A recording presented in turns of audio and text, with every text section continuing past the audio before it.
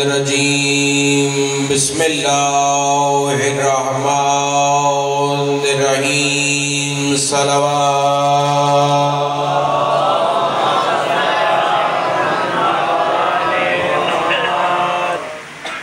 الحمدللہ رب العالمین والعاقبۃ للمتقین الصلاۃ والسلام علی خیر خلقہ محمد وآلہ اجمعین بآواز بلند صلوات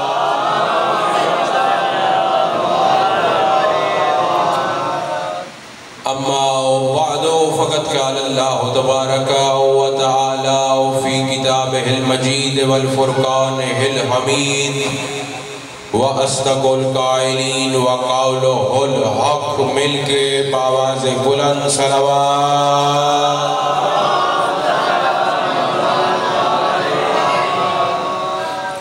صلوات کا پڑھنا بہت بڑی اور عظیم عبادت ہے. ایک بار مل کے بآواز بلند صلوات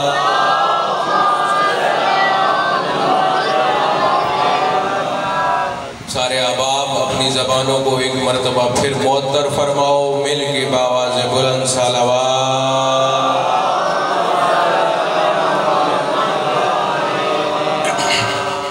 سب سے پہلے دعا گو خداوند کریم حاضرین کے دلی مقاصد پورے فرمائے.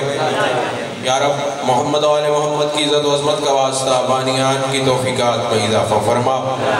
جو مومن جس طریقے سے بھی اس عزاداری میں حصہ ملا رہا ہے اس کی توفیقات میں اضافہ فرما.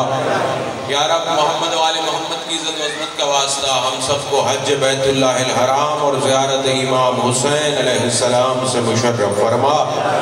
یا رب اس ذکر کے صدقے میں جو بیمار ہے صحت یاب فرما، جو مقروض ہے قرض غیبی طاقت سے عطا فرما، جو بے اولاد ہے اولاد نرینہ عطا فرما، جس نے امتحان دینے ہیں یا دے رکھے ہیں ہر قدم پہ کامیابی سے ہمکنار فرما. یا رب محمد و آل محمد کی عزت و عظمت کا واسطہ اس پورا شوب دور میں ہر مومن ماتمی کی محافظت فرما. یا رب محمد و آل محمد کی عزت و عظمت کا واسطہ ہم سب کو سیرت آل محمد پہ چلنے کی توفیق عطا فرما.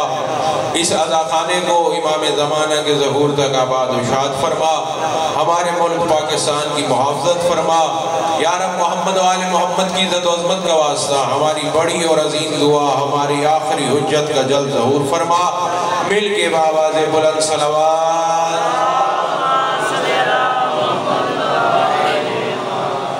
نعرہ تکبیر نعرہ تکبیر نعرہ رسالت نعرہ رسالت دونوں ہاتھ بلند کر کے نعرہ حیدری نعرہ حیدری. توجہ ہے بات شروع کی جائے. آج میرا ارادہ یہ ہے کہ میں آپ کو بتاؤں ہم نے جو یہ 14 کے گھرانے کو مانا ہے تو اس کا ثواب کتنا زیادہ ہے. ہم نے اس پاک گھرانے کو جو مانا ہے خاندان کو ہم نے اس طرح ماننا ہے جس طرح اللہ منوانا چاہتا ہے. اس گھرانے کو اس طرح ماننا ہے جیسے اللہ منوانا چاہتا ہے. ایک آپ کو میں یاد کراؤں عرب میں ایران کا ایک بوڑھا آیا نام تاریخ نے لکھا سلمان فارسی.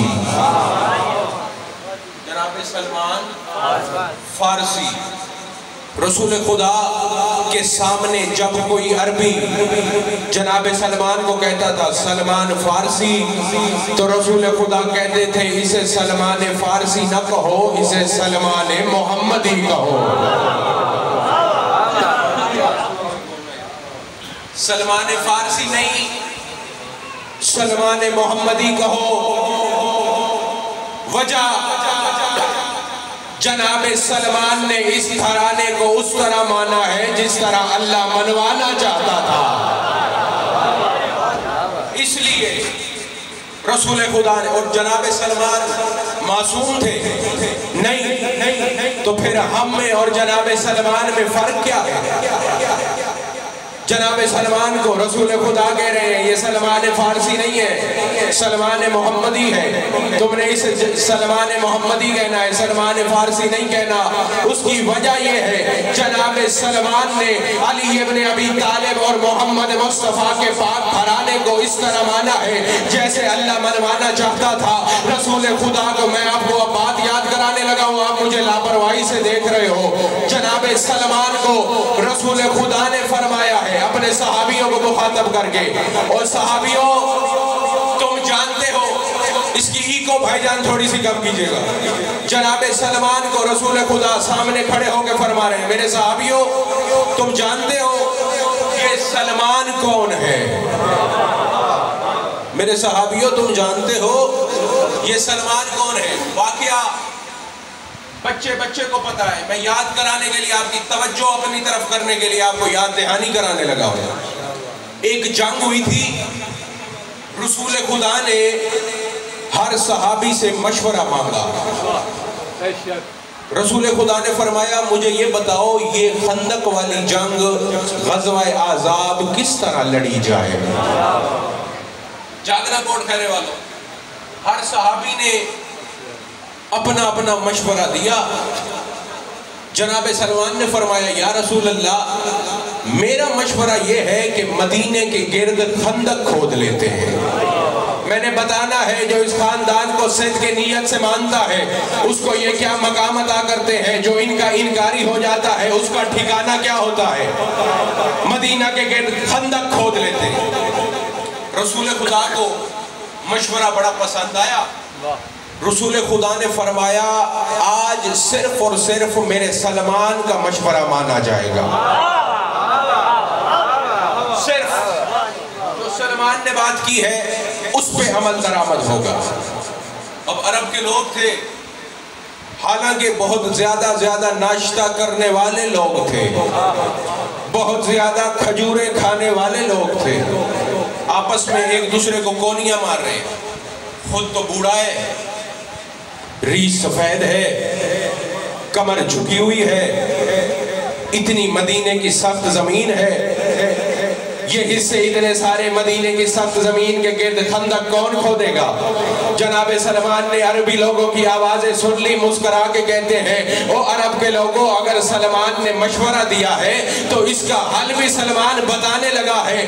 ہر بندے کو میرے محمد مصطفیٰ کائنات پہ رحمت بنا کے بھیجے گئے ہیں، کسی بندے کو زیادہ کام بھی نہیں کرنا پڑے گا، ہر بندے کا ایک ایک حصہ ہوگا، ہر بندہ اپنا اپنا حصہ کھودے گا۔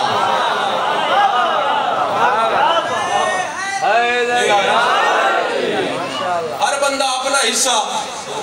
جاگنا علی والوں، جو ان کو سچے دل سے مانتا ہے اسے یہ انعام کیا دیتے ہیں؟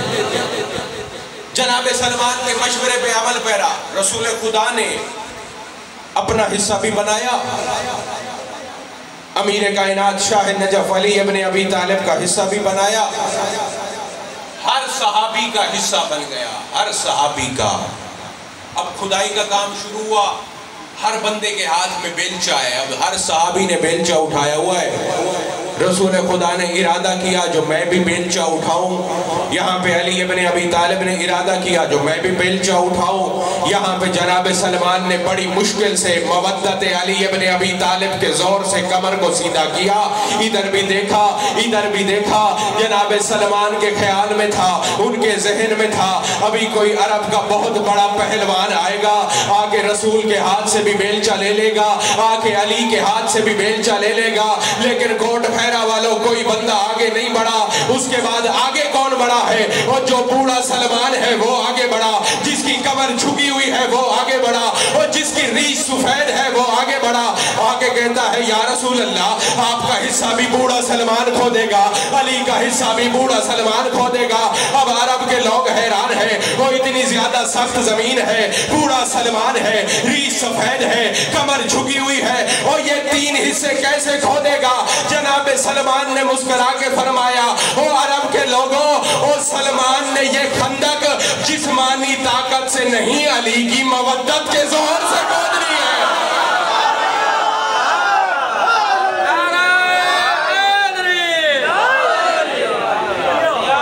میں نے جسمانی طاقت سے نہیں، میں نے محمد مصطفیٰ کی محبت کے بعد جو زور ملا ہے اس سے کھودنی ہے۔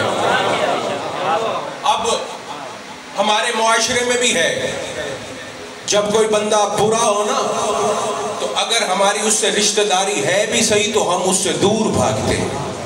ایسے ہے یا نہیں ہے؟ اگر تو بندہ کام کا بن جائے تو اگر رشتہ داری نہ بھی ہو تو بندے اس سے رشتے جوڑنے کی کوشش کرتے ہیں۔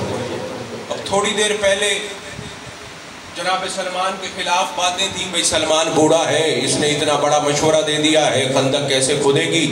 اب انہوں نے دیکھا بھئی ہمارے ایک ایک حصہ کھودنے سے پہلے سلمان نے 3 حصے کھود لیے۔ پہلا قبیلہ جس کے لیے میں محنت کر کے آیا ہوں بھائی، پہلا قبیلہ دوڑتا ہوا آیا، اعلان کر کے کہتا ہے خندق کے میدان میں سلمان تو ہمارے قبیلے میں سے ہے۔ جاگنا پہلے کہتے تھے یہ ایرانی ہے، یہ عربی نہیں ہے، یہ باہر کا ہے۔ دوسرا قبیلہ دوڑتا ہوا آیا، کہتے ہیں سلمان تو ہم میں سے ہے۔ تیسرے نے کہا نہیں سلمان تو ہمارا ہے۔ چوتھے نے کہا نہیں تم 3 جھوٹے ہو، سلمان ہمارا ہے۔ 5ویں نے کہا ہمارا ہے۔ 6ٹھے نے کہا ہمارا ہے۔ 7ویں نے کہا ہمارا ہے۔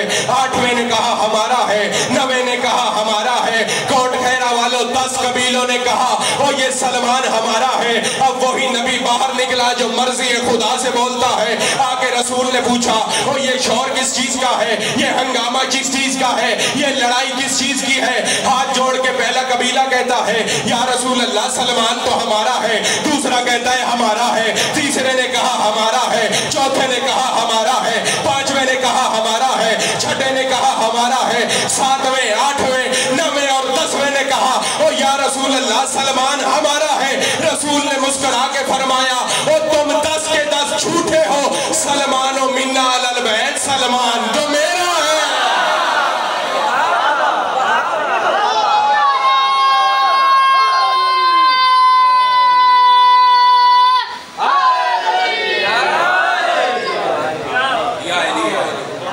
جو پھر انہیں اس طرح مانتا ہے جیسے وہ منوانا چاہتے ہیں تو اسے یہ انعام ملتا ہے۔ سلمان میری اہل بیت میں سے ہے، جسے کوٹ خیرہ والے شرفاء کا مجمع جناب سلمان کو حسنین شریفین کریمین نانا سلمان کہہ کے پکارتے تھے۔ دیکھو اس خاندان کو ماننا ہے تو کس طرح ماننا ہے۔ اب کوئی جوش و خطابت نہیں، آرام سے ایک درس بھی سمجھ لیں۔ بات میں کرنے لگا ہوں، 6ٹھے تمہارے امام جعفر صادق علیہ السلام، مل کے بآواز بلند صلوات۔ مولا کا زمانہ ہے، مدینہ کی گلی میں سفر فرما رہے ہیں، 7 مومنین بھی ہیں۔ ایک گلی کا موڑ مڑے، آگے سے ایک منافقین کا ٹولہ آیا۔ توجہ نیاز حسین میری طرف رکھنی ہے۔ یہاں سے مولا تشریف لا رہے ہیں، سامنے سے منافقین آ رہے ہیں۔ اب گلی کی ایک نکر میں ایک ملنگ بیٹھا تھا، گرد آلود کپڑے، مٹی والے کپڑے، دنیا کا اسے کچھ پتہ ہی نہیں تھا، دنیا اور اس کی خبروں سے معافی ہو کے بیٹھا تھا۔ اسے کچھ نہیں پتا کہ دنیا میں کیا ہو رہا ہے کیا نہیں ہو رہا، وہ اپنے آپ میں بیٹھا تھا، مٹی والے کپڑے۔ منافقین آئے، یہاں سے امام تشریف لے گیا۔ ایک منافق طنز کر کے کہتا ہے مولا یہ جو بندہ بیٹھا ہے جس کے کپڑے مٹی والے ہیں، جسے دنیا کا کچھ نہیں پتا، یہ بھی آپ کا ماننے والا ہے۔ آپ نے غور ہی نہیں کیا، آپ نے غور نہیں فرمایا۔ مجھے بتاؤ کتنا قسمت والا ہوگا وہ بندہ جسے اپنے زمانے کے امام کے سامنے سند مل گئی کہ یہ آپ کا ماننے والا ہے۔ کمال، ان کو ماننا واقعاً کمال ہے، لیکن اس سے بڑا کمال یہ ہے کہ یہ 14 کہیں کہ یہ ہمارا ماننے والا آ رہا ہے۔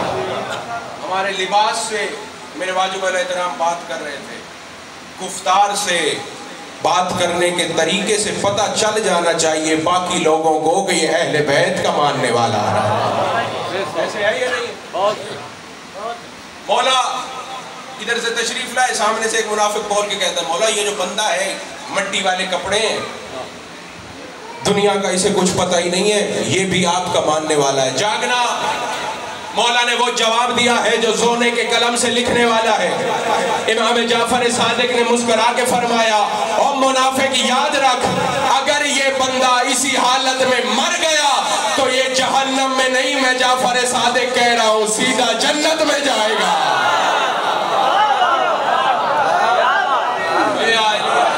ایسے نہیں میں دونوں ہاتھ بلند آ رہے ہیں، حیدری۔ اگر یہ بندہ اسی حالت میں دنیا سے چلا جائے، میں زمانے کا امام کہہ رہا ہوں، یہ بندہ سیدھا جنت میں جائے گا۔ اب آپ بعض احباب حیران بیٹھے ہو، مولا کے اپنے صحابی حیران ہو گئے، مولا آپ کا فرمان ہے، ہم نے مان بھی لیا، کیونکہ وہ جانتے تھے کائنات کا نظام تو تبدیل ہو سکتا ہے، امام کا فرمان تبدیل نہیں ہو سکتا۔ امام ہوتا ہی وہ ہے جو اپنے کہے سے نہیں پھرتا، وہ امام ہوتا ہے۔ فرق بھی یہی ہے، ہمارے 8ویں امام سے بھی پوچھا گیا مولا آپ کو تو پتہ چل جاتا ہے پس دیوار کے پیچھے کیا ہو رہا ہے، ہمیں تو پتہ نہیں چلتا۔ مولا نے مسکرا کے فرمایا اگر تمہیں بھی پتہ چل جائے کہ دیوار کے پیچھے کیا ہو رہا ہے تو پھر تم میں اور ہم میں فرق کیا رہے گا؟ مولا آپ نے فرمایا ہم نے مان لیا کہ یہ بندہ اگر مر گیا تو جنت جائے گا، لیکن مولا سمجھ میں نہیں آ رہی، اس وقت اسے دنیا کا تو کچھ پتہ ہی نہیں ہے، نماز کیا ہے، عبادت اس نے اتنی دیر سے نہیں کی، گردآلود کپڑوں میں بیٹھا ہے، مولا ہمیں بتاؤ دلیل دو بھئی جنت جائے گا تو کیسے جائے گا؟ مولا نے فرمایا ایک صحابی سے پانی کا ایک جام لے کے آؤ۔ ایک صحابی گیا پانی کا جام، دوسرے صحابی سے مولا نے فرمایا پانی کے چھینٹے اس بندے کے منہ پہ مارو۔ جاگنا بھائی، اس خاندان کو ماننے کا فائدہ کیا ہے وہ میں آپ کو بتانے لگا۔ پانی کے چھینٹے اس کے منہ پہ مارو۔ کوٹ خیرہ والوں صحابی نے پانی کے چھینٹے مارے، وہ بندہ اسی وقت ہڑبڑا کے اٹھ بیٹھا۔ جو پہلا اس نے کام کیا امام حسین پہ صلوات بھیجی، درود بھیجا، اس کے بعد شمر پہ اور یزید پہ لعنت بھیجی۔ امام نے مسکرا کے فرمایا اور جو بندہ اس حالت میں حسین پہ صلوات بھیجنا یزید پہ لعنت کرنا نہیں بھولا، جہنم میں کیسے جا سکتا ہے؟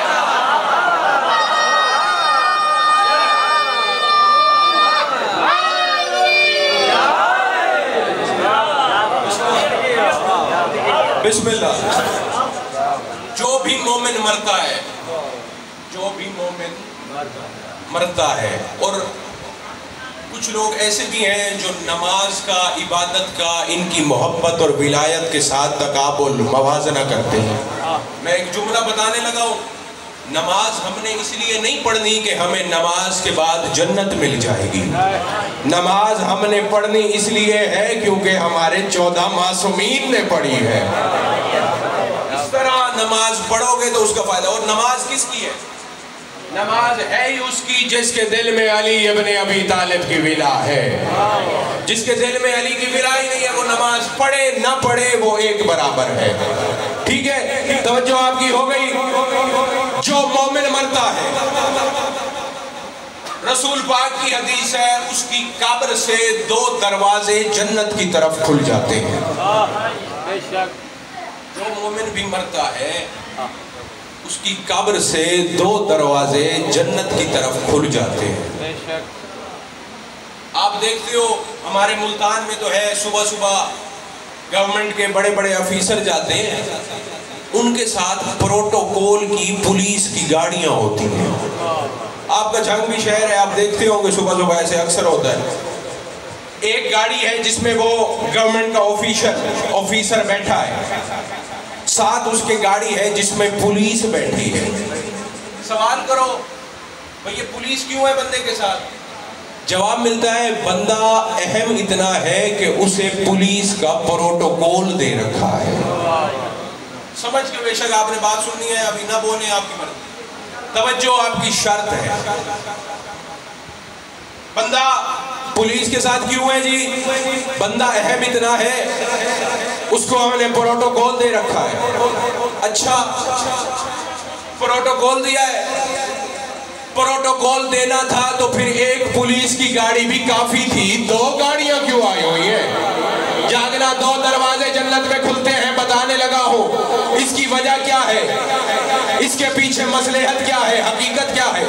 جواب ملتا ہے بندہ زیادہ اہم ہے، اس لیے 2 گاڑیاں دے رکھی ہیں تاکہ لوگوں کو پتا چلے بڑا اہم بندہ ہے، سرکاری بندہ ہے۔ رسول خدا نے فرمایا 2 دروازے جنت میں کھلیں گے، ایک بندہ کھڑا ہو گیا، یا رسول اللہ جانا تو جنت میں ہے، ایک دروازہ بھی کافی ہے۔ رسول خدا نے مسکرا کے فرمایا ایک دروازہ کافی ہے لیکن 2 دروازے، ایک ہماری محبت کا صلہ ہے، ایک دشمنوں پہ لعنت کرنے کا صلہ ہے۔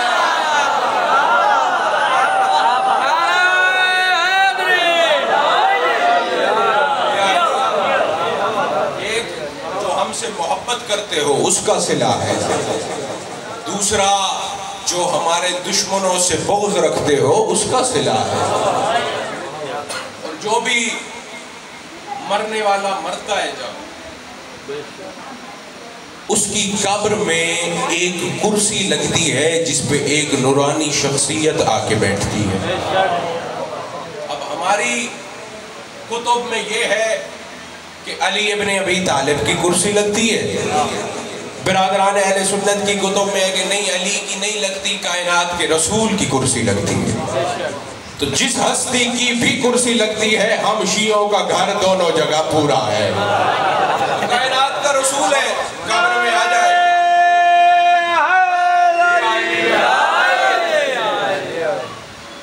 وہ ہستی ہے محمد مصطفیٰ صلی اللہ علیہ وآلہ وسلم جس کے صدقے میں اللہ نے ساری کائنات بنا ڈالی ہے، اور اگر وہ ہستی آپ کی قبر میں آ جائے تو اس سے بڑی خوش قسمتی تو کوئی ہو ہی نہیں سکتی۔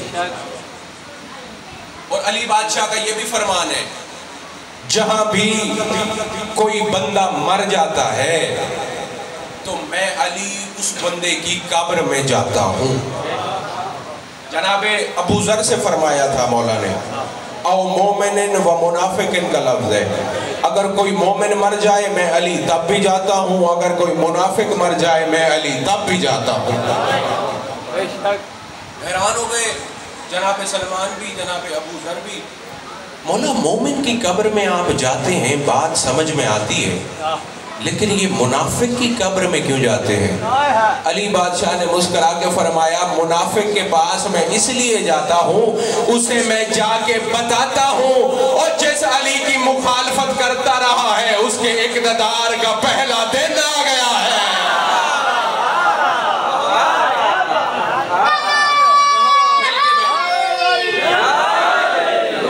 جس علی کی مخالفت کی ہے پوری زندگی، آ دیکھ اس کے اقتدار کا پہلا دن آ گیا۔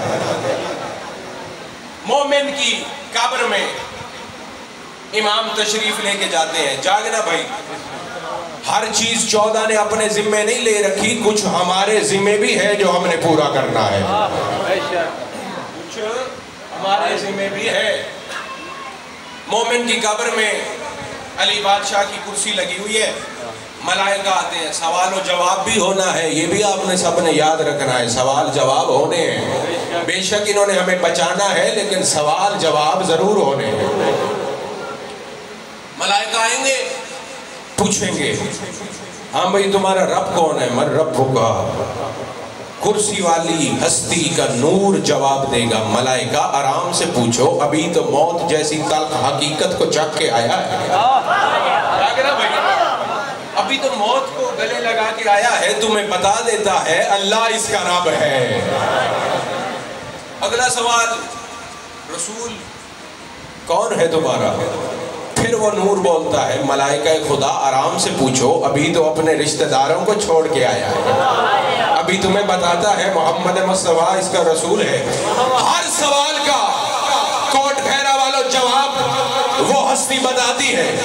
آخری سوال ہوتا ہے من اماموں کا، ملائکہ پوچھتے ہیں غضبناک ہو کے، غصے میں پوچھتے ہیں وہ ہمیں بتا تیرا امام کون ہے؟ اب وہ مرنے والا دیکھتا ہے کرسی والی ہستی بھی چپ ہے، وہ بھی خاموش ہے، وہ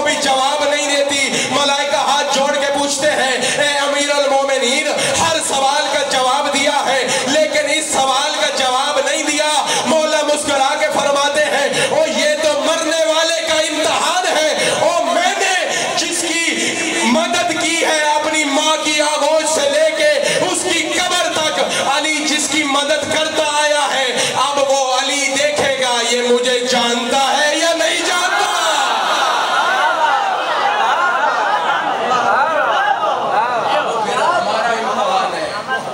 وہاں پہ پتہ چلے گا ہم ان ہستیوں کو جانتے ہیں یا نہیں جانتے۔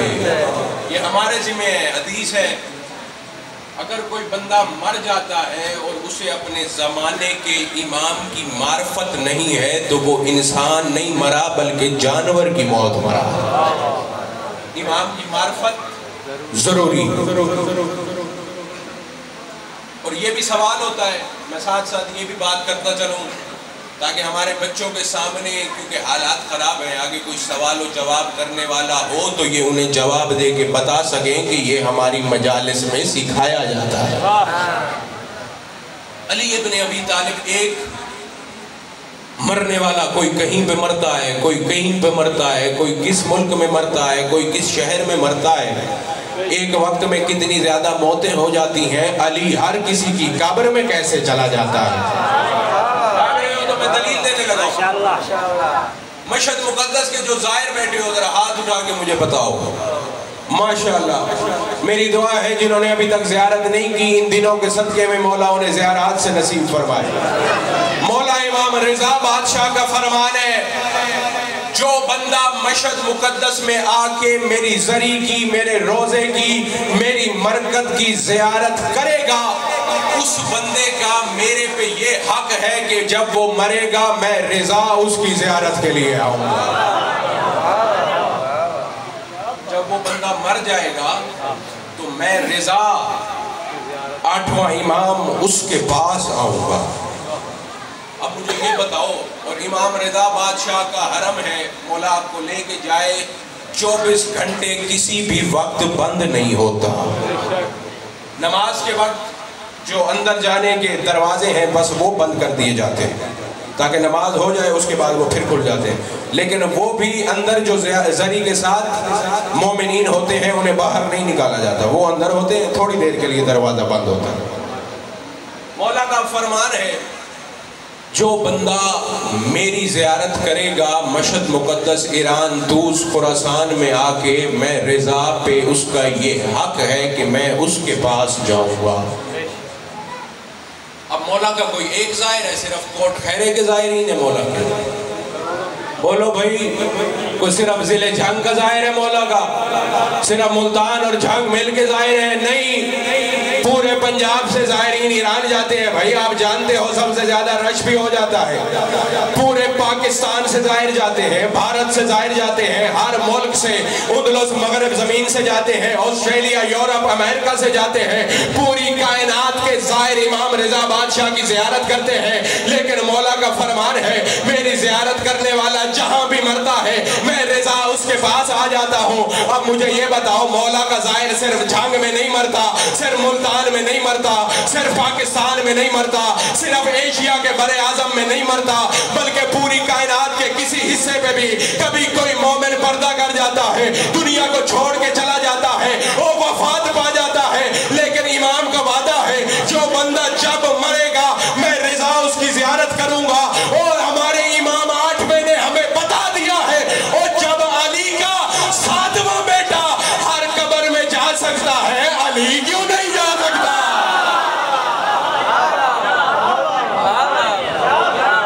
جب میں جا سکتا ہوں تو میرا دادا علی بات طریق آسن جا سکتا ہے۔ اچھا یہ بھی امام ہے رضا بادشاہ، بڑی پڑھی لکھی ہستی تشریف فرما ہے، یہ بھی آپ کو بتائیں گے۔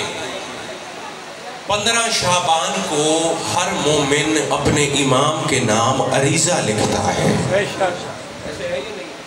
عریضہ لکھنا بھی چاہیے، امام سے گفتگو کرنی چاہیے۔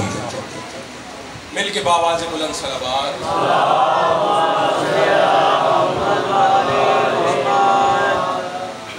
عریضہ قبلہ ہر مومن لکھتا ہے، لکھتے ہو بھائی؟ لکھتے ہو؟ عریضے لکھتے ہو؟ جو خود نہیں لکھ سکتا وہ اپنے مولانا صاحب سے لکھوا لیتا ہے، ایسے ہے یا نہیں ہے؟ عریضہ عریضہ لکھنے کے بعد عریضے کو پانی کے سپرد کیا جاتا ہے، اور جب پانی کے اندر عریضہ ڈالتے ہو نا تو ایک عبارت کہنی پڑتی ہے، کون سی؟ یا حسین ابن رو حاضہی رکعتی فارسلہا بخدمت امام صاحب الزمان، اے حسین بن رو یہ میرا رکع ہے، اس کو اٹھا کے میرے زمانے کے امام کے پاس لے جاؤ۔ کہنا بھائی علی والو، حسین بن رو کون ہے؟ تمہارے زمانے کے امام کا تیسرا نائب، تیسرے نمبر والا بندہ، تیسرا نائب حسین بن رو۔ اب عریضہ بھی صرف کوٹ خیرہ میں نہیں لکھا جاتا، جھگ میں نہیں لکھا جاتا، پورے پاکستان میں لوگ نہیں لکھتے، صرف ایشیا، بھارت، سری لنکا میں نہیں لکھتے، اور بلکہ پوری کائنات میں مومن عریضے لکھتا ہے۔ صرف دریائے چناب میں نہیں پھینکتے، کسی نہر میں نہیں پھینکتے، کوئی چناب میں پھینکتا ہے، کوئی سندھ میں پھینکتا ہے، کوئی راوی میں پھینکتا ہے، کوئی جہلم میں پھینکتا ہے، کوئی دریائے نیل میں پھینکتا ہے، کوئی دریائے فرات میں پھینکتا ہے، کوئی دریائے دجلہ میں پھینکتا ہے، لیکن ہر پھینکنے والا یہی کہتا ہے کہ حسین ابن رو حاضہی رکعتی فارسلہا الی خدمت صاحب الزمان، او حسین بن رو یہ میرا رکع ہے، اسے اٹھا کے زمانے کے امام کے پاس بھیج دو۔ او کوٹ خیرہ والو، او جب تمہارے امام کا تیسرا نائب پوری کائنات کا چکر لگا سکتا ہے، علی نہیں لگا سکتا۔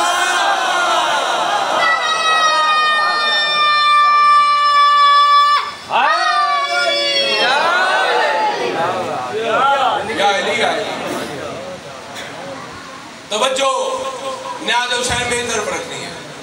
قرآن مجید کی اللہ نے جتنی بھی چیزیں بنائی ہیں، اللہ نے جتنی بھی چیزیں بنائی ہیں، ہر چیز کا کوئی نہ کوئی دل ضرور بنایا ہے۔ انسان کا بدن ہے، مولانا صاحبان، ہر پڑھنے والا خطیب ذاکر آپ سے کہتا نہیں ہے کہ بھائی اللہ کا ذکر کرو، سب سے بڑی تسبیح بھی یہی ہے، لا الہ الا اللہ، یہ تسبیح اکبر ہے۔ اللہ کا ذکر کیا ہے؟ اللہ کا ذکر صرف یہ نہیں ہے کہ آپ نے وضو کیا ہے، مصلے پہ آ گئے ہو، نماز پڑھی ہے، بے شک نماز کا بہت زیادہ ثواب ہے، لیکن آپ چھوٹی چھوٹی چیزوں میں بھی اللہ کا ذکر کر سکتے ہیں۔ آپ نے دیکھا ہے یہ درخت ہے، کچھ مہینے ایسے آتے ہیں اس پہ پھل لگ جاتا ہے، پھر کچھ مہینے آتے ہیں پھل اتر جاتا ہے، درخت خالی ہوتا ہے۔ اگر تم اس چیز پہ بھی غور کرتے ہو تو یہ بھی تم اللہ کا ذکر کر رہے ہو۔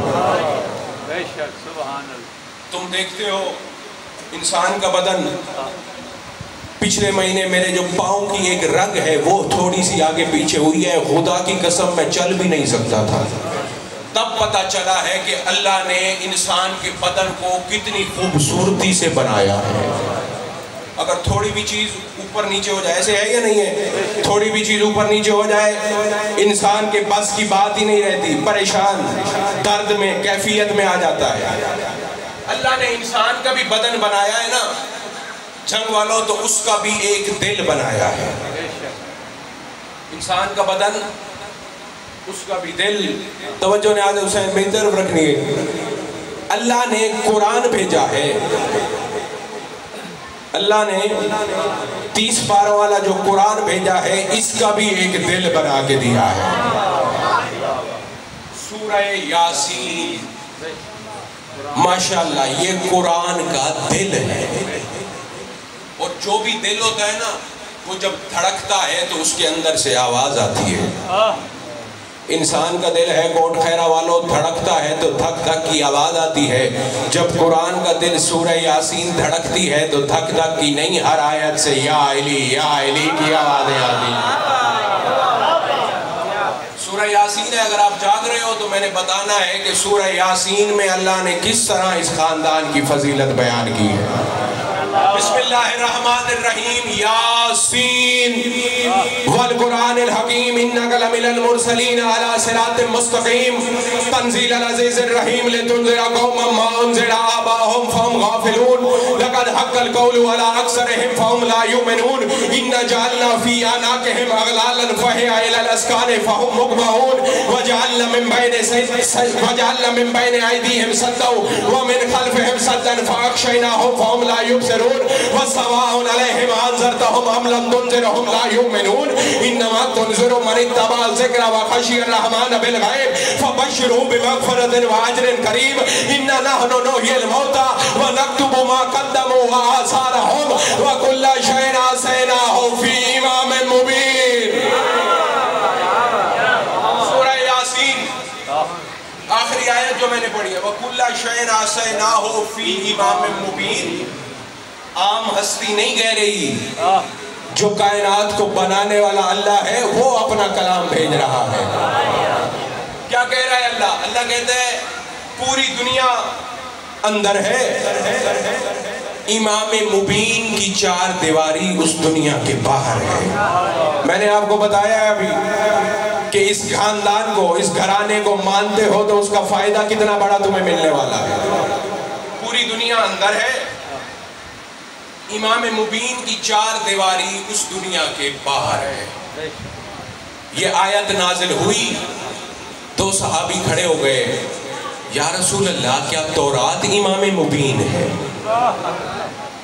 رسول نے مسکرا کے فرمایا نہیں، تورات امام مبین نہیں ہے.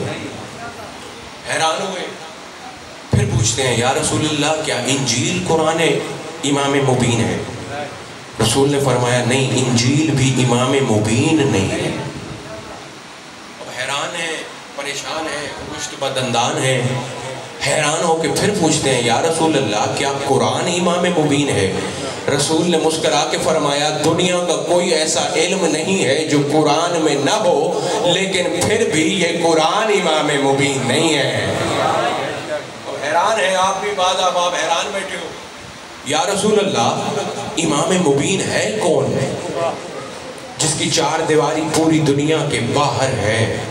رسول نے مسکرا کے فرمایا میرے صحابیوں آج میں نے تمہیں بتانا نہیں ہے، آج میں نے تمہیں دکھانا ہے جو اللہ نے امام مبین کسے بنایا ہے. تھوڑی دیر گزری، یا رسول اللہ امام مبین کون ہے؟ رسول خدا نے مسکرا کے فرمایا میرے صحابیوں دو لمحے رک جاؤ، میں تمہیں ابھی بتاتا ہوں اللہ کا بھیجا ہوا امام مبین کون ہے. ذمہ داری سے عرض کرنے لگا ہوں. 2 لمحے گزرے تھے، مسجد کے دروازے سے علی ابن ابی طالب اندر تشریف لے آئے. رسول اعظم قد آدم کھڑے ہو گئے، بلا تشبیہ اپنے سینے پہ ہاتھ مار کے محمد مصطفیٰ نے بول کے فرمایا او والذی نفسی بیدہ، مجھے قسم ہے اس ذات کبریا صفات کی جس کے قبضہ اقتدار میں مجھ محمد مصطفیٰ کی زندگی ہے. اور میرے صحابیوں یاد رکھو، اور جس بندے کو اور جس ہستی کو اللہ نے کائنات پہ امام مبین بنایا ہے میرا بھائی علی ابن ابی طالب ہے.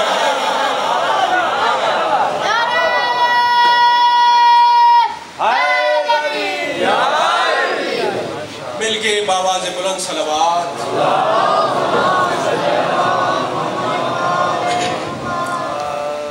عزت جو بڑی تھی تو مصیبت بھی بڑی تھی. ہمارا ایمان ہے، عقیدہ ہے، حقیقت ہے. جہاں بھی مجلس ہوتی ہے ہمارے چوتھے امام تشریف لے کے آتے ہیں. ہر مجلس میں کہتا ہوں صرف اور صرف پڑھنے والا کون ہے، سننے والے کتنے ہیں، اس سے کوئی مطلب ہی نہیں ہے. صرف اپنے بابا مظلوم کا پرسہ لینے کے لیے آتے ہیں. آج 2 محرم حسین بادشاہ کا قافلہ پہنچا ہے کربلا. میں نے کل بھی عرض کیا تھا، آج بھی کہنے لگا ہوں، وہ دن آ گئے ہیں کسی ذاکر کے لفظ کا آپ کو محتاج ہی نہیں ہونا چاہیے. کوئی کربلا کہے، کوئی حسین کہے تو اس طرح رویا کرو جس طرح 11 محرم کی رات اہل بیت کے پردہ دار گریا کر کے روتے رہے. ہمارے چوتھے امام خون رونے والے امام کا فرمان ہے، شیعوں ہمارے مصائب میں شرما کے نہ رویا کرو۔ سوال ہوا مولا کس طرح رویا جائے؟ آنکھوں سے خون جاری ہوا، بیان کر کے فرمایا اس طرح رویا کرو جس طرح 11 کی رات ہمارے پردادار بیان کر کے روتے رہے ہیں۔ رونے والوں ایک اور جگہ مولا نے فرمایا شیعوں ہمارے مصائب میں شرما کے نہ رویا کرو۔ مولا کس طرح رویا جائے؟ پھر آنکھوں سے خون جاری ہوا، بیان کر کے فرمایا اس طرح رویا کرو جس طرح بوڑھی ماں جوان بیٹے کے لاشے پہ بیان کر کے روتی ہے۔ کوٹ خیرہ والوں سوال کرو نا، 2 جواب کیوں دیے ہیں؟ مولا کو پتا تھا بعد میں آنے والے شیعوں نے وہ 11 محرم کی رات ہمارے پردہ داروں کو روتے ہوئے نہیں دیکھا، لیکن ہر بندہ دیکھتا ہے اگر کوئی جوان بیٹا چلا جائے تو بوڑھی ماں کیسے روتی ہے۔ سینہ پیارا نہ کرو، تیاری کرو ماتم کی، کوشش کرو آنکھیں وضو کر لیں۔ کل میں نے جس جگہ پہ اپنا مصائب روکا ہے بی بی پاک کا، آگے وہیں شروع کرنے لگا ہوں۔ بی بی پاک نے علی بادشاہ کی پیشانی اپنی چادر سے صاف کرنے کے بعد فرمایا تھا یا علی کاش میرا بھی کوئی بھائی ہوتا۔ بی بی پاک جب گھر آئی، آخری وقت بی بی پاک کا قریب ہے، بی بی پاک نے علی بادشاہ کو اپنے قریب بلایا، بی بی پاک نے ہاتھ جوڑ کے فرمایا یا علی آپ کی خدمت میں کوئی کمی رہ گئی ہو تو مجھے یتیم سمجھ کے معاف کر دینا۔ رونے والوں سینہ پیارا نہ کرو، تیاری کرو۔ علی بادشاہ روتے روتے خاک پہ بیٹھ گئے، بیان کر کے فرمایا او سیدہ میری غربت کی شکایت اپنے بابا سے نہ کرنا، اور جب ہماری شادی ہوئی ہے عقد ہوا ہے اور مجھے کائنات کا رسول ایک طرف لے گئے اور مجھے رسول خدا نے فرمایا تھا یا علی یہی سیدہ میرا بیٹا بھی ہے میری بیٹی بھی ہے، اور کوشش کرنا اسے کوئی دکھ نہ پہنچے۔ علی بادشاہ رو کے کہتے ہیں مجھے معاف کرنا، میں بھی زندہ تھا تیرے اوپر تازیانوں کے وار ہوئے، اور میں بھی زندہ تھا تیرے اوپر دروازہ گرایا گیا، اور معصومہ سیدہ میں بھی زندہ تھا اور تیرے موسر کو شہید کر دیا گیا۔ اور رونے والوں قیامت کا منظر، علی بادشاہ رو کے فرما رہے ہیں میری غربت کی شکایت نہ کرنا، اور میں بھی زندہ تھا تیری 5 فصلیاں شہید ہو گئی۔ رونے والوں بی بی پاک کا آخری وقت قریب، بی بی پاک نے اپنے دونوں شہزادوں حسنین کریمین شریفین نیرین مزین امامین کو قریب بلایا، رو کے فرمایا شہزادوں جاؤ قبر محمد مصطفیٰ اپنے نانا کی قبر پہ اپنی اماں کی صحت یابی کے لیے دعا کرو۔ رونے والوں دونوں شہزادے دوڑتے ہوئے آئے، اپنے چھوٹے ہاتھ قبر محمد مصطفیٰ پہ رکھ کے کہتے ہیں نانا آپ کے جانے کے بعد لوگوں نے بڑے ظلم کیے ہیں، نانا آپ کے جانے کے بعد ہماری اماں پہ بہت زیادہ ظلم ہوئے ہیں، ہماری اماں دائیں ہاتھ سے تسبیح نہیں پڑھ سکتی، ہم اماں کی صحت یابی کے لیے دعا کرنے آئے ہیں۔ اور رونے والوں ابھی یہ باتیں ہو رہی تھی اور قبر محمد مصطفیٰ میں زلزلہ بپا ہوا، آواز رسول آئی آمد بالخیر، اور شہزادوں تمہاری اماں کی شہادت ہو گئی۔ رونے والوں دونوں شہزادے دوڑے گھر کی طرف، آگے کہتے ہیں سب سے پہلے گھر میں داخل ہوئے، جناب ام سلمہ نے فرمایا او شہزادوں پہلے ٹھنڈا پانی پی لو اور پہلے کھانا کھا لو اور اس کے بعد اپنی اماں کی زیارت کرنا۔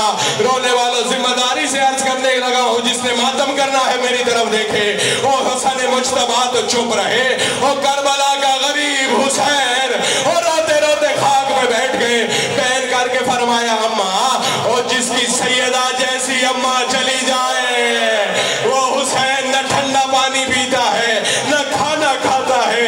رونے والوں جنازہ تیار ہوا، علی ابن ابی طالب نے اپنی اولاد کو بلایا، آؤ میری اولاد اپنی اماں کی آخری زیارت کر لو۔ رونے والوں قیامت کا منظر، مکانات مدینہ ٹکرا رہے ہیں اور سرخ آندھی چل رہی ہے۔ رونے والوں علی بادشاہ نے بلایا، علی کی بڑی لخت جگر بھی آ گئی، علی بادشاہ کی چھوٹی بیٹی بھی آ گئی، حسن مجتبیٰ امام بھی آ گئے، لیکن علی بادشاہ نے دیکھا کربلا کا غریب حسین جس نے ماتم کر رہا ہے، بھائی میرا دعویٰ نہیں، میں دعوت پرسہ دینے لگا ہوں، دور کھڑا رو رہا ہے۔ علی بادشاہ نے پوچھا حسین اپنی اماں کا آخری دیدار نہیں کرنا؟ حسین بادشاہ نے آنکھیں صاف کی، رو کے فرمایا بابا علی میں فخر عیسیٰ اور میری اماں فخر مریم ہے، اور جب تک خود نہیں بلائے گی حسین نہیں آئے گا۔ اور کوٹ خیرہ والوں امام حسین کی بات ختم نہیں ہوئی تھی، اور کفن کے بند کھل گئے، اور بڑی مشکل سے پہلو سے ہاتھ اٹھایا، اور بی بی پاک نے فرمایا او بسم اللہ میرا کربلا کا غریب حسین، او بسم اللہ میرا 71 لاشیں اٹھانے والا حسین، او بسم اللہ میرا امت کا سزایا ہوا حسین۔ حسین بادشاہ قریب آئے، اب مکانات مدینہ ٹکرا رہے ہیں، سرخ آندھی چل رہی ہے۔ بی بی پاک نے فرمایا حسین یہ میرا قرضہ ہے، جب تک قرضہ ادا نہیں کرو گے میں بھی تیرے لاشے پہ نہیں آؤں گی۔ رونے والوں آ گئی شام غریبہ۔ ایک ظالم روایت کرتا ہے میں لاشیں لوٹنے کے لیے مقتل میں گیا اور میں نے دیکھا ایک نور کی عماری اتری، اس کے اندر سے محمد مصطفیٰ برآمد ہوئے، اور رونے والا سر پہ امامہ نہیں، پاؤں میں نالین نہیں، حسین حسین کرتے ہوئے حسین کے لاشے پہ یہ کہتا ہے میں نے پھر دیکھا علی ابن ابی طالب باہر آئے، یہی حالت ہے، سر پہ امامہ نہیں، پاؤں میں نالین نہیں، خاک کربلا علی کی زلفوں میں ہے۔ حسین حسین کرتے ہوئے حسین کے لاشے پہ یہ ظالم کہتا ہے میں نے دیکھا ایک کالے برقے والی بی بی ہے اور جو دور کھڑی رو رہی ہے، بی بی کی نشانی یہ ہے ایک کپڑا اپنی کمر کے ساتھ، ایک اپنی پیشانی کے ساتھ۔ علی بادشاہ نے فرمایا اور سیدہ حسین کے لاشے پہ نہیں آنا، اب جس نے ماتم کرنا ہے میری طرف دیکھے۔ بی بی پاک نے فرمایا یا علی آپ کو یاد نہیں ہے مدینہ میں حسین کا قرضہ رہتا ہے، اور حسین میرا مقروض ہے، اور کوٹ خیرے والوں اور قرضے کا نام آیا، اور پتھروں کے ڈھیر سے حسین کا لاشا برآمد ہوا، اور مولا نے چل کے فرمایا اور بسم اللہ میری دکھیاری اماں، اور بسم اللہ زخمی پہلو والی اماں، اور بسم اللہ امت کی ستائی ہوئی اماں، اماں تیرے بلانے میں اور غریب کے بلانے میں فرق ہے، اور تو نے وطن میں بلایا